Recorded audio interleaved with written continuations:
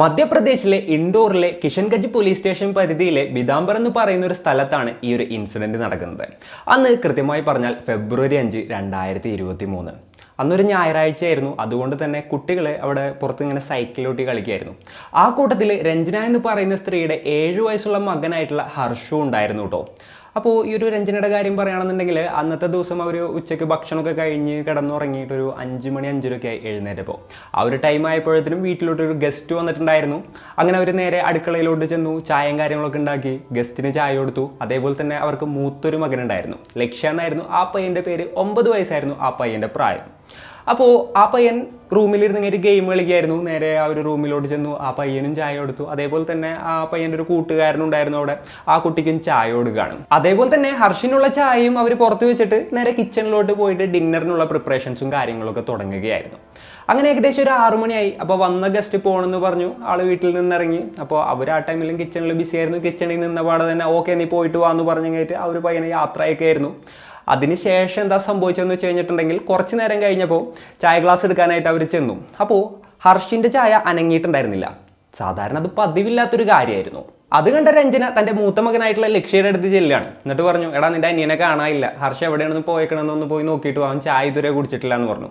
അപ്പോൾ ഈ പയ്യൻ പറഞ്ഞ ആകെ എനിക്കൊന്ന് ഞായറാഴ്ചയാണ് കിട്ടുന്നത്, ഞാൻ ഒന്ന് ഗെയിം കളിച്ചോട്ടെ, സീരിയസ് ആയിട്ടൊരു കളിയുടെ ഇടയിൽ അമ്മ ഇങ്ങനെ ഒന്നും പറയല്ലേ, അമ്മ പോയിട്ട് നോക്കുക, അവൻ അവിടെ എവിടെയെങ്കിലൊക്കെ സൈക്കിളോട്ടി കളിക്കുന്നുണ്ടാവും, ഇത് തന്നെയാണ് അവിടെ എവിടെയെങ്കിലുമൊക്കെ ഉണ്ടാവും, പിള്ളേരെ കൂടെ കളിക്കുന്നുണ്ടാവും എന്ന് പറഞ്ഞു കഴിഞ്ഞിട്ട് ആ ഒരു പയ്യൻ ഗെയിമുകളിൽ വീണ്ടും വ്യാപൃതനാവുകയായിരുന്നു.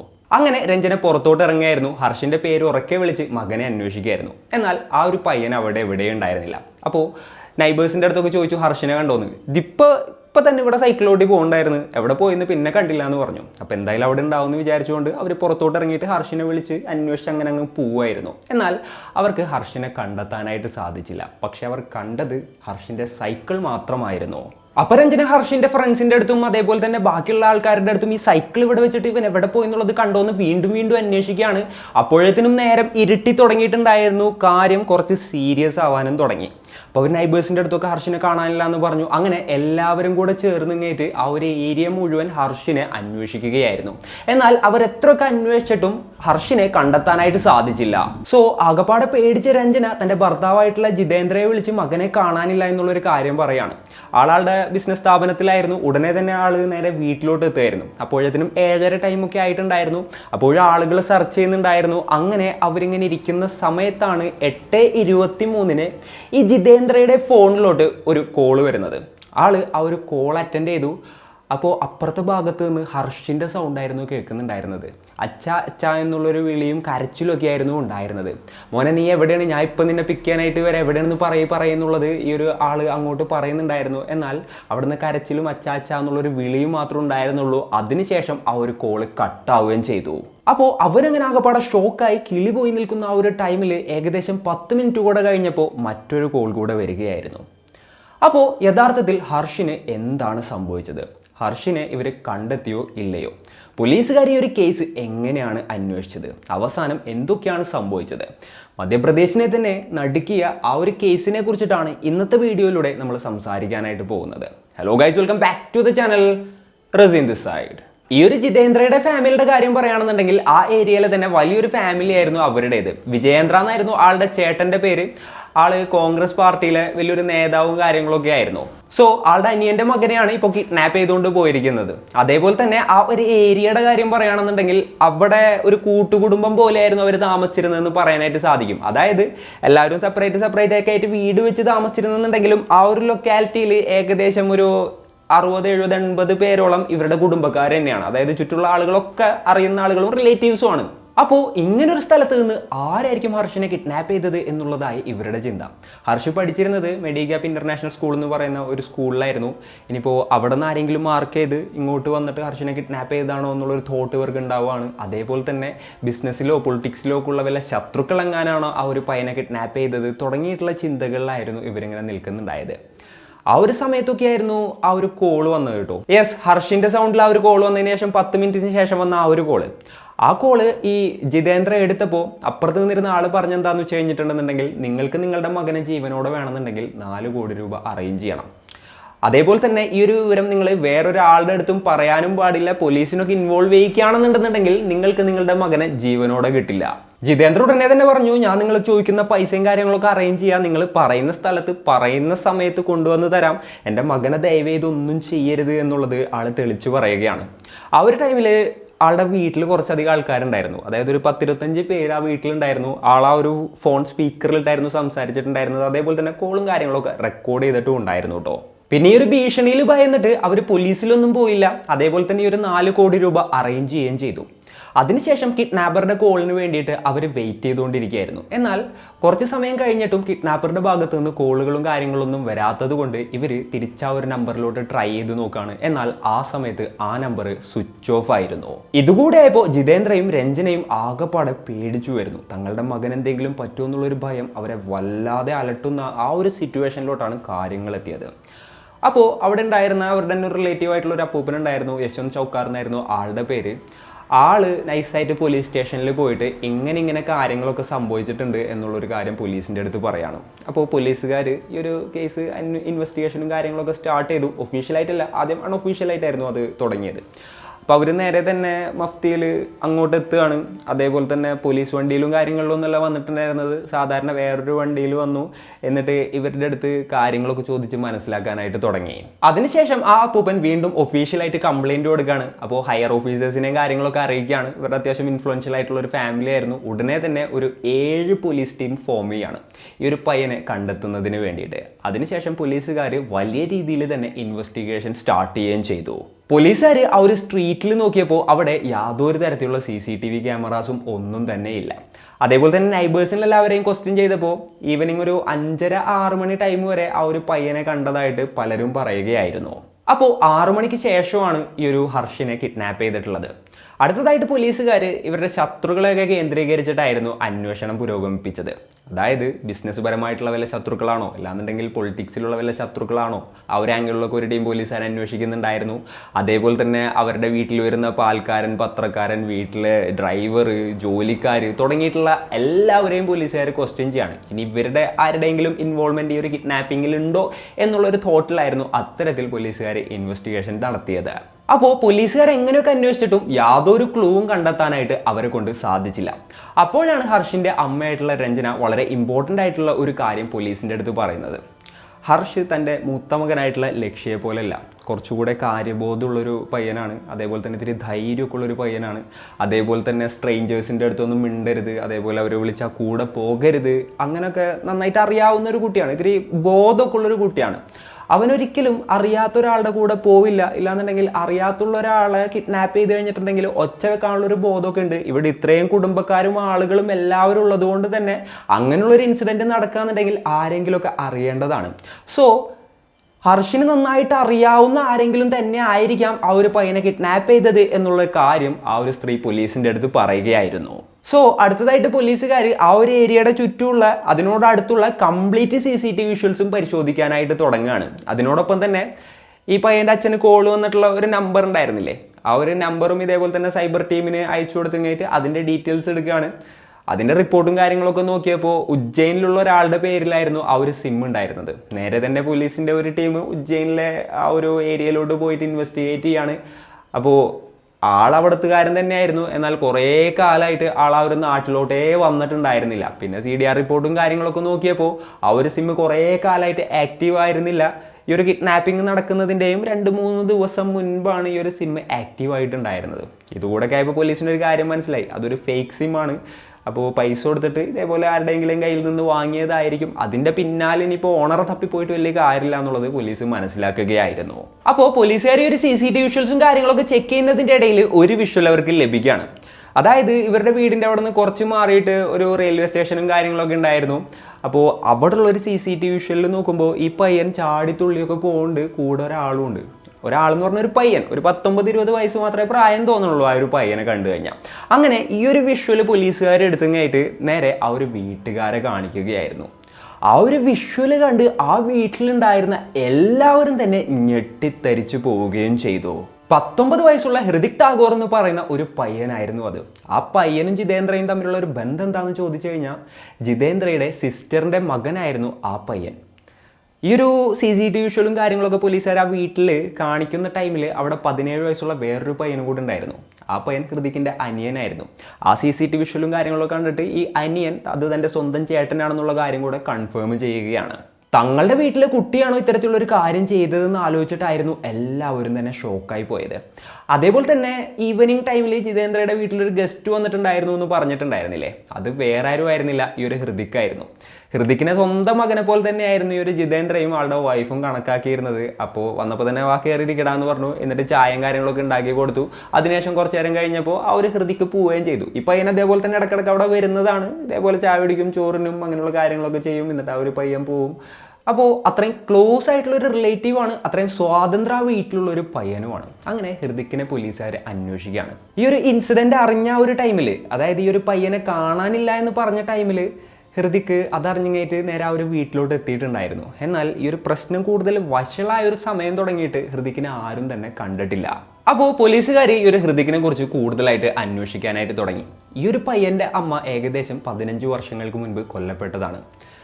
ആ ഒരു കൊലപാതകി ആരായിരുന്നു എന്ന് ചോദിച്ചു കഴിഞ്ഞാൽ ഹൃതിക്കിൻ്റെ അച്ഛൻ തന്നെയായിരുന്നു. അതിൻ്റെ പേരിൽ ആൾ ജയിലിൽ കിടക്കുകയായിരുന്നു. അതിനുശേഷം ഈ ഒരു ജിതേന്ദ്രയായിരുന്നു ഹൃതിക്കിനെയും ആ പയ്യൻ്റെ അനിയനെയും ഒക്കെ നോക്കിയിരുന്നത്. അവർക്ക് താമസിക്കാനായിട്ട് ഒരു ചെറിയ വീട് സെറ്റാക്കി കൊടുത്തിട്ടുണ്ടായിരുന്നു. അതേപോലെ തന്നെ ഈ പിള്ളേരുടെ എഡ്യൂക്കേഷൻ്റെ കാര്യം, അവർക്ക് ഫെസ്റ്റിവൽസിനും മറ്റൊക്കെ ഡ്രസ്സ് എടുത്തു കൊടുക്കുക, അതേപോലെ തന്നെ വീട്ടിലോട്ടുള്ള സാധനങ്ങൾ വാങ്ങിച്ചു കൊടുക്കുക, അതേപോലെ തന്നെ അവരുടെ എല്ലാ ചിലവുകളും നോക്കിയിരുന്നത് ഈ ഒരു ജിതേന്ദ്രയായിരുന്നു കേട്ടോ. തൻ്റെ സഹോദരിയുടെ മക്കൾക്ക് അച്ഛനും അമ്മയും ഇല്ലാത്തൊരു അവസ്ഥയിലെത്തി. അപ്പോൾ അതുകൊണ്ട് തന്നെ സ്വന്തം മക്കളെ പോലെ ആൾ ഏറ്റെടുത്ത് വളർത്തിയതായിരുന്നു ഈ 2 കുട്ടികളെയും. പിന്നെ ഈ ഒരു ഹൃതിക്ക് പഠിക്കാനൊക്കെ മോശമായിരുന്നു. ആൾ 10ാം ക്ലാസ്സും പരിപാടിയും കാര്യങ്ങളൊക്കെ കഴിഞ്ഞ് പിന്നെ വലിയ കാര്യമായിട്ടൊന്നും പഠിച്ചിട്ടുണ്ടായിരുന്നില്ല. ആളതിന് ശേഷം അവിടെ കുറച്ച് മാറിയിട്ടുള്ളൊരു ഫാക്ടറിയിൽ ജോലിക്ക് പോകുമായിരുന്നു. അപ്പോൾ അതിൻ്റെ അടുത്ത് തന്നെ വേറൊരു റൂം വാടകയ്ക്ക് എടുത്തിട്ട് താമസിക്കുകയായിരുന്നു ചെയ്തിരുന്നത്. അങ്ങനെ പോലീസ് ടീം നേരെ തന്നെ ഹൃതിക്ക് താമസിക്കുന്ന ഒരു സ്ഥലത്തോട്ട് നിന്ന് അന്വേഷിക്കുകയാണ്. എന്നാൽ ഹൃതിക്ക് അവിടെ ഉണ്ടായിരുന്നില്ല. പിന്നെ ഫോൺ ഡീറ്റെയിൽസും മറ്റു കാര്യങ്ങളൊക്കെ ഉപയോഗിച്ചിട്ട് ഏകദേശം 5 മണിക്കൂറിനുള്ളിൽ തന്നെ ഹൃതിക്കിനെ പോലീസുകാർ കണ്ടെത്തുകയും ചെയ്തു. എന്നിട്ട് ഹർഷിനെ കുറിച്ച് ചോദിച്ചു. എനിക്കൊന്നും അറിയില്ല എന്നുള്ളതായിരുന്നു ആ ഒരു പയ്യൻ്റെ ആദ്യത്തെ മറുപടി. എന്നാൽ ഈ ഒരു CCTV വിഷ്വൽസും കാര്യങ്ങളൊക്കെ കാണിച്ചു കൊടുത്തപ്പോൾ തനിക്ക് വേറൊരു രക്ഷയില്ല എന്ന് മനസ്സിലാക്കിയ ആ ഒരു പയ്യൻ, ഹർഷ് ഇപ്പോൾ വിക്കിയുടെ കൂടെയാണ്, അതിൽ കൂടുതലൊന്നും എനിക്കറിയില്ല, ഞാൻ വിക്കിനെ ഏൽപ്പിച്ചു, പിന്നെന്താ നടന്നതെന്ന് എനിക്കറിയില്ല എന്നുള്ളൊരു കാര്യം പറയുകയാണ്. അങ്ങനെ വിക്കിയുടെ ഫോൺ നമ്പറും ഡീറ്റെയിൽസും അതേപോലെ വേറെ ബോട്ട്സും കാര്യങ്ങളൊക്കെ പോലീസുകാർ ഈ ഒരു പയ്യൻ്റെ അടുത്തുനിന്ന് ചോദിച്ച് മനസ്സിലാക്കുകയായിരുന്നു. അതിനുശേഷം ആ ഒരു പയ്യനെ കസ്റ്റഡിയിൽ എടുക്കുകയും ചെയ്തു. ആ ഒരു സമയത്ത് അവിടെ നിന്ന് കുറച്ച് മാറിയിട്ടുള്ളൊരു ഹോട്ടലിലായിരുന്നു വിക്കി ഉണ്ടായിരുന്നത്. നേരെ പോലീസുകാർ അങ്ങോട്ട് എത്തുകയായിരുന്നു. അവിടെ എത്തി ആ ഒരു മുറി തുറന്ന് നോക്കിയപ്പോൾ അവിടെ വിക്കി മാത്രമേ ഉണ്ടായിരുന്നുള്ളൂ, ഹർഷ് ഉണ്ടായിരുന്നില്ല. ഹർഷ് എവിടെയെന്ന് ചോദിച്ചപ്പോൾ വിക്കി ഒന്നും പറഞ്ഞില്ല. അങ്ങനെ വിക്കിയെ പോലീസുകാർ കസ്റ്റഡിയിൽ എടുക്കുകയാണ്. എന്നിട്ട് നല്ല രീതിയിൽ ക്വസ്റ്റ്യൻ ചെയ്യാനും തുടങ്ങി. ഈ വിക്കിയുടെ അച്ഛൻ ഒരു പോലീസ് കോൺസ്റ്റബിൾ ആയിരുന്നു. ആൾ സർവീസിലിരിക്കുന്ന സമയത്ത് മരണപ്പെട്ടതായിരുന്നു. അതുകൊണ്ട് തന്നെ ആ ജോലി വിക്കിയുടെ മൂത്ത ചേട്ടന് ലഭിക്കുകയായിരുന്നു. അപ്പോൾ ചേട്ടൻ ജോലിക്ക് പോയിട്ടായിരുന്നു വീട്ടിലത്തെ കാര്യങ്ങളെല്ലാം തന്നെ നോക്കുന്നുണ്ടായിരുന്നത്. വിക്കിയാണെന്നുണ്ടെങ്കിൽ പറയത്തക്കൊരു പണിക്കൊന്നും പോവാത്തൊരു പയ്യനായിരുന്നു. അതായത് കിട്ടുന്ന പൈസക്ക് ഡ്രഗ്സ് അടിക്കുക, കള്ളുടിക്കുക, ഇത് തന്നെയായിരുന്നു ആ ഒരു പയ്യൻ്റെ പരിപാടി. അങ്ങനെ ഇരിക്കുന്ന സമയത്താണ് വിക്കി ഹൃതിക്കിനെ പരിചയപ്പെടുന്നത്. അപ്പം എങ്ങനെയെങ്കിലും കുറേ കാശ് ഉണ്ടാക്കണം എന്നുള്ളതായിരുന്നു ഇവരുടെ 2 പേരുടെയും ചിന്ത. അതും പണിയെടുത്ത് അധ്വാനിച്ചോ അല്ലാന്നുണ്ടെങ്കിൽ എന്തെങ്കിലും ബിസിനസ് ചെയ്തിട്ടോ പൈസ ഉണ്ടാക്കണം എന്നുള്ളതായിരുന്നില്ല. എന്തെങ്കിലും ഉഡായിപ്പൊക്കെ കാണിച്ച് കുറച്ചധികം ഫണ്ട് പെട്ടെന്നുകൊണ്ട് സെറ്റ് ചെയ്യാന്നുണ്ടെങ്കിൽ നമുക്ക് പെട്ടെന്ന് സെറ്റിലാവാനായിട്ട് സാധിക്കും. പിന്നെ നമുക്ക് വേറെ പണിയൊന്നും എടുക്കണ്ടല്ലോ. അപ്പോൾ അങ്ങനെ എന്തെങ്കിലും ഒരു ഉഡായിപ്പ് പരിപാടി ഒപ്പിക്കാന്നുള്ള കാര്യത്തിനെ കുറിച്ചിട്ട് ഇവരെപ്പോഴും സംസാരിക്കാറുണ്ടായിരുന്നു. പിന്നെ ഈ ഒരു വിക്കിയുടെ അടുത്ത് ഹൃതിക്ക് എപ്പോഴും പറയാറുണ്ടായിരുന്നു അമ്മാവൻ വളരെ റിച്ച് ആയിട്ടുള്ള ഒരാളാണെന്നുള്ളത്. അതായത് ആൾ നല്ലൊരു മനുഷ്യനാണ്, എൻ്റെ കാര്യങ്ങളും അനിയൻ്റെ കാര്യങ്ങളും അവൻ്റെ പഠിപ്പും വീട്ടിലത്തെ കാര്യങ്ങളും ഒക്കെ ഇയാളാണ് നോക്കുന്നത്. എന്നാൽ ആളുടെ കയ്യിൽ കുറേ കാശുണ്ട്. അതിൻ്റെ ഉള്ളിൽ നിന്ന് ചെറിയൊരു പോർഷൻ നമുക്ക് അടിച്ചു മാറ്റാൻ പറ്റിയിട്ടുണ്ടെന്നുണ്ടെങ്കിൽ നമ്മളെ ലൈഫിൽ സെറ്റിലാവുന്നുള്ള കാര്യം ഇടക്കിടക്കാൾ പറയാറുണ്ടായിരുന്നു. അങ്ങനെ ഇരിക്കുകയാണ് ജിതേന്ദ്ര നല്ലൊരു ഡീല് ക്രാക്ക് ചെയ്യുന്നത്. അപ്പോൾ ആളുടെ കയ്യിൽ അത്യാവശ്യം ഫണ്ട് വന്നത് ഇവർ അറിയുകയാണ്. അങ്ങനെ ആ ഒരു ഫണ്ട് എങ്ങനെ അടിച്ചു മാറ്റാമെന്നുള്ളതിനെ കുറിച്ചായി ഇവരുടെ ചിന്ത. അപ്പോഴാണ് ആ ഒരു പയ്യൻ്റെ കാര്യം, അതായത് ഹർഷിൻ്റെ കാര്യം ഇവരുടെ മൈൻഡിൽ വരുന്നത്. ഈ ഒരു ഹൃതിക്ക് എപ്പോൾ ജിതേന്ദ്രയുടെ വീട്ടിൽ പോയിട്ടുണ്ടെന്നുണ്ടെങ്കിലും ഹർഷ് പിന്നാലെ നടക്കും, കളിക്കാനും അതിനും ഇതിനൊക്കെ ആയിട്ട്. നമുക്ക് എല്ലാവർക്കും അറിയാവുന്ന ഒരു കാര്യമാണ്. ഇപ്പോൾ ഒരു 7-8 വയസ്സുള്ള ഒരു കുട്ടിയുടെ അടുത്തോട്ട് അവരുടെ ഒരു മൂത്ത ചേട്ടൻ വരുമ്പോൾ അവർക്ക് ഭയങ്കര ഇൻട്രസ്റ്റ് ആയിരിക്കും, അവർക്ക് ഭയങ്കര താല്പര്യമായിരിക്കും. സ്വന്തം ചേട്ടനെ പോലെ തന്നെയാണല്ലോ ഒരു കസിൻ ബ്രദർ എന്നൊക്കെ പറയുമ്പോൾ. അപ്പോൾ അതുകൊണ്ട് തന്നെ ഇവർ 2 പേരും തമ്മിൽ നല്ല കൂട്ടായിരുന്നു. അത് യൂസ് ചെയ്തിട്ട് ആ ഒരു പയ്യനെ കിഡ്നാപ്പ് ചെയ്യാം എന്നുള്ളൊരു തോട്ടിലോട്ടായിരുന്നു ഇവരെത്തിയത്. അതേപോലെ തന്നെ ഏകദേശം ഒരു 4 കോടി രൂപ ഒക്കെ വരെ ചോദിച്ചു കഴിഞ്ഞാൽ പെട്ടെന്ന് കിട്ടുമെന്നുള്ളൊരു എസ്റ്റിമേഷൻ ഇവർക്ക് ഉണ്ടായിരുന്നു. അതുകൊണ്ട് കറക്റ്റായിട്ട് അവർ എമൗണ്ടും അവർ പിക്ക് ചെയ്തത്. അതേപോലെ തന്നെ താൻ വിളിച്ചു കഴിഞ്ഞിട്ടുണ്ടെന്നുണ്ടെങ്കിൽ വീട്ടുകാരുടെ അടുത്തൊന്നും പറയാതെ ഹർഷ് തൻ്റെ കൂടെ വരുന്നുള്ളൊരു ഉറപ്പും ഹൃതിക്കിനുണ്ടായിരുന്നു. പിന്നെ സ്റ്റാർട്ടിങ്ങിൽ തുടങ്ങിയിട്ട് ഈ ഒരു ഹർഷിനെ കൊല്ലാൻ തന്നെയായിരുന്നു ഇവരുടെ പ്ലാൻ. അതായത് നൈസായിട്ട് വിളിച്ചുകൊണ്ട് പോയിട്ടുണ്ടെന്നുണ്ടെങ്കിലും ഈ ഒരു ഹൃതിക്കാണ് തന്നെ വിളിച്ചുകൊണ്ട് പോയത് എന്നുള്ള കാര്യങ്ങളൊക്കെ ഈ പയ്യനെ അറിയായിരിക്കുമല്ലോ. ഈ പയ്യനെ ജീവനോടുകൂടെ തിരിച്ചുകൊണ്ട് വിട്ട് കഴിഞ്ഞിട്ടുണ്ടെന്നുണ്ടെങ്കിൽ ഈ കാര്യങ്ങൾ മുഴുവൻ ഈ പയ്യൻ പാരൻസിൻ്റെ അടുത്ത് പറയും. അതിനുശേഷം എന്താണെന്നുണ്ടെങ്കിലും തങ്ങളെ പിടികൂടും. അപ്പോൾ അങ്ങനെയുള്ളൊരു കാര്യം ഉണ്ടാവാതിരിക്കണം എന്നുണ്ടെന്നുണ്ടെങ്കിൽ ഈ ഒരു പയ്യൻ ജീവനോടുകൂടി വീട്ടിലോട്ട് എത്തരുത്. അപ്പോൾ പൈസയും കാര്യങ്ങളൊക്കെ നൈസായിട്ട് വാങ്ങിയതിന് ശേഷം ഈ ഒരു പയ്യനെ എന്തായാലും ഇല്ലാതാക്കാം എന്നുള്ളൊരു പ്ലാനിൽ തന്നെയായിരുന്നു ആദ്യം തുടങ്ങിയ ഒരു വിക്കിയും അതുപോലെ തന്നെ ഹൃതിക്കും ഉണ്ടായിരുന്നത്. അങ്ങനെ ഒരു കാര്യങ്ങളൊക്കെ പ്ലാൻ ചെയ്തു. വിക്കി ഉജ്ജയിനിൽ പോയിട്ട് പൈസ കൊടുത്തെങ്കിൽ ഒരു ഫേക്ക് സിമും കാര്യങ്ങളൊക്കെ സംഘടിപ്പിച്ചു. അതേപോലെ തന്നെ തൻ്റെ ഫ്രണ്ടിൻ്റെ അടുത്ത് നിന്ന് ആളുടെ കാർ ഒരു ദിവസത്തിന് തരുമോ എനിക്ക്. അപ്പോൾ ആ പയ്യൻ പറഞ്ഞു, ഇന്ന് എനിക്ക് നൈറ്റ് ഷിഫ്റ്റ് ആണ്, അപ്പോൾ രാത്രി ഒന്നും എനിക്ക് കാറ് വേണ്ട, പക്ഷേ എനിക്ക് നാളെ രാവിലെ കാറ് വേണം, ആ സമയത്ത് നീ കൊണ്ടു തന്നാൽ മതി എന്ന് പറഞ്ഞ് ഒരു വെള്ള ആൾട്ടോ കാറ് കൊടുക്കുകയും ചെയ്തു. അങ്ങനെ വിക്കി കാർ എടുത്ത് നേരെ കടയിൽ പോയിട്ട് റെഡ് കളർ നൈലോൺ കയറും അതേപോലെ തന്നെ കുറച്ച് ടേപ്പും കാര്യങ്ങളൊക്കെ വാങ്ങി പിന്നെ നേരത്തെ പറഞ്ഞ ഒരു ഹോട്ടലിൽ മുറിയെടുത്തു. നൈസായിട്ട് അവിടെ പോയി കഴിഞ്ഞിട്ട് വെയിറ്റ് ചെയ്യായിരുന്നു. അങ്ങനെ അന്നത്തെ ദിവസം ഈവനിങ് ഹൃതിക്ക് നേരെ തന്നെ ഈ ഒരു ജിതേന്ദ്രയുടെ വീട്ടിലോട്ട് പോവാണ്. ആ സമയത്ത് രഞ്ജനായിരുന്നു അവിടെ ഉണ്ടായിരുന്നത്. അവർ ഈ പയ്യന് ചായയും കാര്യങ്ങളൊക്കെ ഉണ്ടാക്കി കൊടുത്തു. കുറച്ച് നേരം സംസാരിച്ചതിന് ശേഷം ആ പയ്യൻ അവിടെ നിന്ന് ഇറങ്ങിയിട്ട് നേരെ ഈ ഒരു ഹർഷിൻ്റെ അടുത്തോട്ട് വന്നു. എന്നിട്ട് പറഞ്ഞു, ഞാൻ അപ്പുറത്തെ മാർക്കറ്റിലോട്ട് പോകുന്നുണ്ട്, വരണ്ടാന്ന് വെച്ചു. കുറച്ച് സ്നാക്സും കാര്യങ്ങളൊക്കെ വാങ്ങിച്ചുതരാം ബാ എന്ന് പറഞ്ഞു. അപ്പോൾ ഈ ഒരു പയ്യനും ചാടിത്തുള്ളി ചേട്ടൻ്റെ പിന്നാലെ പോയി. ആസ് യൂഷ്വൽ ഇപ്പോൾ സ്വന്തം കസിൻ ബ്രദർ വന്ന് വിളിക്കുകയെന്നുണ്ടെങ്കിൽ ചെറിയ പിള്ളേർ പോവുമല്ലോ കൂടെ, സ്വാഭാവികമായിട്ടുള്ളൊരു കാര്യമല്ലേ. അതേപോലെ തന്നെ ഈ ഒരു പയ്യനും പോയത്. അപ്പോൾ CCTV ഒന്നും ഇല്ലാത്ത സ്ഥലങ്ങളൊക്കെ ഓൾറെഡി ഈ ഒരു ഹൃതിക്ക് മാർക്ക് ചെയ്ത് വെച്ചിട്ടുണ്ടായിരുന്നു. അതുകൊണ്ട് തന്നെ CCTV വിഷ്വൽസ് ഒന്നും പെടാതെ അങ്ങനെയായിരുന്നു ഈ ഒരു പയ്യനെയും കൊണ്ട് ആൾ പോയിട്ടുണ്ടായിരുന്നത്. എന്നാൽ റെയിൽവേ സ്റ്റേഷൻ്റെ അവിടെ ആ ഒരു പെർട്ടിക്കുലർ ആംഗിളിൽ ഒരു CCTV ഉള്ളതിനെ കുറിച്ചും കേട്ട് ഈ ഒരു പയ്യൻ ചിന്തിച്ചിട്ടുണ്ടായിരുന്നില്ല, അതിനെക്കുറിച്ചും കേട്ട് അറിഞ്ഞിട്ടുണ്ടായിരുന്നില്ല. അതുകൊണ്ടാണ് കറക്റ്റ് ആ ഒരു ക്യാമറയിൽ മാത്രം ഈ പയ്യൻ കുടുങ്ങിയത്. അപ്പോഴത്തേനും വിക്കിനെ ഈ ഒരു പയ്യൻ വിളിച്ചിട്ടുണ്ടായിരുന്നു. റെയിൽവേ സ്റ്റേഷൻ്റെ അവിടെ നിന്ന് മാറിയിട്ടുള്ള ഒരു സ്പേസിലോട്ട് എത്തിയപ്പോഴത്തേനും വിക്കി കാറും കൊണ്ടുവന്നു. അങ്ങനെ ഈ ഒരു പയ്യനുമായിട്ട് ഇവർ രണ്ടുപേരും കാറിലോട്ട് കയറുകയാണ്. പിന്നെ കാറ് കുറച്ചെടുത്ത് പോയപ്പോഴത്തേനും ഈ ഒരു ഹർഷിന് എന്തൊക്കെയോ ഒരു പന്തികേട് തോന്നി. ആ പയ്യൻ കരയാനും ഒച്ച വെക്കാനൊക്കെ ആയിട്ട് തുടങ്ങി. അപ്പോൾ ഹൃതിക്ക് നൈസായിട്ട് സമാധാനിപ്പിക്കുകയാണ്. എന്നിട്ട് ആ പയ്യൻ അതും ഇതും സാധനങ്ങളൊക്കെ വാങ്ങി കൊടുക്കുകയും ചെയ്തു. അതും കഴിഞ്ഞ് കുറച്ചു നേരം കഴിഞ്ഞപ്പോൾ വിക്കി ഹൃതിക്കിൻ്റെ അടുത്ത് പറയാണ്, നീ എന്തായാലും ഈ പയ്യൻ്റെ വീട്ടിലോട്ടൊന്ന് പോയി എന്താണ് അവിടുത്തെ അവസ്ഥ എന്ന് നോക്ക്, ഈ പയ്യനെ ഞാൻ നോക്കിക്കോളാം എന്ന് പറഞ്ഞു. അതിനുശേഷം ഇവർ രണ്ടുപേരും കൂടെ ആ ഒരു പയ്യൻ്റെ കൈയും കാലും നേരത്തെ വാങ്ങി വെച്ചിരുന്ന ആ നൈലോൺ കയർ ഉപയോഗിച്ച് കയറ്റി കെട്ടുമായിരുന്നു. അതേപോലെ തന്നെ വായും മറ്റുമൊക്കെ ടേപ്പ് ചെയ്യുകയും ചെയ്തു. അങ്ങനെ ജിതേന്ദ്രയുടെ വീട്ടിലോട്ട് ഹൃതിക്ക് ചെല്ലുകയാണ്. അപ്പോഴത്തേന് എല്ലാവരും ഹർഷിനെ അന്വേഷിച്ച് ഇങ്ങനെ നടക്കുന്ന ഒരു സമയമായിരുന്നു. ആ ഒരു വിവരം അറിഞ്ഞിങ്ങായിട്ട് ഹൃതിക്ക് എത്തിയതുപോലെയായിരുന്നു ആ ഒരു പയ്യൻ നേരെ അങ്ങോട്ട് കയറി ചെന്നത്. പിന്നെ ആ ഒരു കിഡ്നാപ്പറുടെ കോള് വന്ന ടൈം ഉണ്ടല്ലോ, ഈ ഒരു ഫോൺ സ്പീക്കറിലിട്ടിങ്ങായിട്ട് എല്ലാവരും കേട്ട ആ ഒരു സമയം, ആ സമയത്ത് ഓൾറെഡി ഈ ഒരു പയ്യനും ആ 25 പേരുടെ കൂട്ടത്തിലുണ്ടായിരുന്നു. ഈ ഒരു കോള് ആ പയ്യൻ കേട്ടിട്ടുണ്ടായിരുന്നു. അപ്പോൾ ഇത്രയും ആളുകൾ ഈ ഒരു കോള് കേട്ടപ്പോൾ ഇതിൽ ആരെങ്കിലുമൊക്കെ പോലീസിലോട്ട് പോകുമെന്നും എന്തൊക്കെയാണെങ്കിലും ഈ ഒരു കേസ് കറങ്ങി തിരിഞ്ഞ് തങ്ങളുടെ അടുത്തോട്ട് വരാനുള്ളൊരു സാധ്യതയുണ്ടെന്നും ഈ ഒരു പയ്യൻ മനസ്സിലാക്കുകയാണ്. അപ്പോൾ കറക്റ്റായിട്ട് വിക്കിനെ ഈ പയ്യൻ മെസ്സേജ് ത്രൂ അപ്ഡേറ്റ് ചെയ്യുന്നുണ്ടായിരുന്നു. ഇത്രത്തോളം കാര്യങ്ങളൊക്കെ ആയപ്പോൾ ഈ ഒരു പയ്യൻ നൈസായിട്ട് വിക്കിയുടെ അടുത്ത് പറഞ്ഞു, എന്തായാലും പ്ലാൻ പാളിയിട്ടുണ്ട്, ഇനിയും ആ ഒരു പയ്യനെ നമ്മൾ കയ്യിൽ വെച്ചുകൊണ്ടിരുന്ന് കഴിഞ്ഞിട്ടുണ്ടെന്നുണ്ടെങ്കിൽ പ്രശ്നവും, എന്തായാലും ആ പയ്യനെ നൈസായിട്ട് ഒഴിവാക്കിയേക്കാൻ പറയുകയാണ്. അങ്ങനെ വിക്കി ആളില്ലാത്തൊരു സ്ഥലത്ത് കൊണ്ടുപോയിട്ട് ഹർഷിനെ കഴുത്ത് ഞെരിച്ച് കൊലപ്പെടുത്തുകയായിരുന്നു. ഓൾറെഡി കയ്യിൽ ആ ഒരു നൈലോൺ കയർ ഉണ്ടായിരുന്നല്ലോ, ആ ഒരു കയർ ഉപയോഗിച്ചിട്ടായിരുന്നു ആ പയ്യനെ കൊലപ്പെടുത്തിയത്. അതിനുശേഷം ആളൊന്നുമില്ലാത്തൊരു സ്ഥലത്ത് കൊണ്ടുപോയിട്ട് ഒരു പാലത്തിൻ്റെ കീഴിൽ ആ ഒരു ബോഡി ഉപേക്ഷിക്കുകയും ചെയ്തു. വേറെ ഈ ഒരു കേസിൽ ഉള്ളൊരു ട്വിസ്റ്റ് എന്താണെന്ന് വെച്ച് കഴിഞ്ഞിട്ടുണ്ടെന്നുണ്ടെങ്കിൽ, ഒരു 17 വയസ്സുള്ളൊരു പയ്യനുണ്ടായിരുന്നില്ലേ, അതായത് ഈ ഒരു ഹൃതിക്കിൻ്റെ അനിയൻ, ആ ഒരു അനിയനും ഈ കേസിൽ പങ്കുണ്ടായിരുന്നു എന്നുള്ളതാണ്. അതായത് ആ ഒരു പയ്യൻ്റെ അടുത്ത് ഹൃതിക്ക് പറഞ്ഞെന്തായിരുന്നു എന്ന് വെച്ച് കഴിഞ്ഞിട്ടുണ്ടെന്നുണ്ടെങ്കിൽ, ഈ ഒരു കാര്യത്തിന് നീ എൻ്റെ കൂടെ നിന്ന് കഴിഞ്ഞിട്ടുണ്ടെന്നുണ്ടെങ്കിൽ നമ്മളുടെ ലൈഫ് സെറ്റിലാവും. പിന്നെ അതേപോലെ തന്നെ നമ്മളുടെ അമ്മനെ കൊന്നത് അച്ഛനാണ്, അച്ഛൻ്റെ അടുത്ത് നിനക്ക് നല്ല പ്രതികാരം ഉണ്ടെന്നുള്ളത് എനിക്കറിയാം. എന്തായാലും കുറച്ച് നാൾ കഴിയുമ്പോൾ അച്ഛൻ ഇറങ്ങി കഴിഞ്ഞിട്ടുണ്ടെന്നുണ്ടെങ്കിൽ ആരും അറിയാതെ ആളെ തട്ടണം എന്നുണ്ടെന്നുണ്ടെങ്കിലും നമ്മളുടെ കയ്യിൽ പൈസ വേണം. അതിന് ഇങ്ങനെയുള്ളൊരു മാർഗം മാത്രമേ ഞാൻ മുന്നിൽ കാണുന്നുള്ളൂ. അപ്പോൾ എന്താണെന്നുണ്ടെങ്കിൽ നീ എൻ്റെ കൂടെ നിൽക്കണം എന്ന് പറഞ്ഞാൽ ആ ഒരു പയ്യനെയും കൂടെ നിർത്തുകയാണ്. അതിനുശേഷം ഈ ഒരു ഹൃതിക്ക് അവിടെ നിന്ന് മുങ്ങിയതിന് ശേഷവും ഈ പയ്യൻ ഹൃതിക്കിനെ കറക്റ്റായിട്ട് കാര്യങ്ങൾ അപ്ഡേറ്റ് ചെയ്യുന്നുണ്ടായിരുന്നു. അങ്ങനെ പോലീസുകാർ ആ ഒരു ബോഡി ഉപേക്ഷിച്ച സ്ഥലത്ത് എത്തിയിട്ട് ആ ബോഡിയും കാര്യങ്ങളും റിക്കവർ ചെയ്യായിരുന്നു. അതേപോലെ തന്നെ ഒരു 17 വയസ്സുള്ള പയ്യനെയും അറസ്റ്റ് ചെയ്തു. ആ ഒരു ഫേക്ക് സിം വിറ്റ ആളുണ്ടായിരുന്നില്ലേ, അയാളെയും പോലീസുകാർ അറസ്റ്റ് ചെയ്യുകയാണ്. എന്തൊക്കെയാണെന്നുണ്ടെങ്കിലും അവസാനം പോലീസുകാർ ഇവരെ പിടികൂടുകയായിരുന്നു. ഇവരെല്ലാവരും ജയിലിലുമാണ്. അപ്പോൾ ഇന്നത്തെ ഒരു വീഡിയോയിൽ ഇത്രയൊക്കെയാണ് എനിക്ക് പറയാനുള്ളത്. അത്രത്തോളം വിശ്വാസമുള്ള ആളുകളാണ് ഇത്തരത്തിലുള്ളൊരു കൃത്യം ചെയ്തത് അല്ലേ. അപ്പോൾ നമ്മളുടെ ചുറ്റും ആരൊക്കെ ഉണ്ട് എന്തൊക്കെയാണെന്നൊക്കെ പറഞ്ഞിട്ടുണ്ടെന്നുണ്ടെങ്കിലും ചില സമയങ്ങളിൽ ആരുടെയൊക്കെ സ്വഭാവം എങ്ങനെയൊക്കെ മാറുമെന്നൊന്നും പറയാൻ സാധിക്കില്ല എന്നുള്ളൊരു കാര്യം കൂടെ ഈ ഒരു കേസിനെ കുറിച്ച് ഇങ്ങോട്ട് നമ്മൾ നോക്കുമ്പോൾ നമുക്ക് മനസ്സിലാക്കാനായിട്ട് സാധിക്കും അല്ലേ. അയ്യോ, ആലോചിക്കാൻ പോലും പറ്റുന്നില്ല അങ്ങനത്തെ ഒരു കാര്യങ്ങളൊന്നും.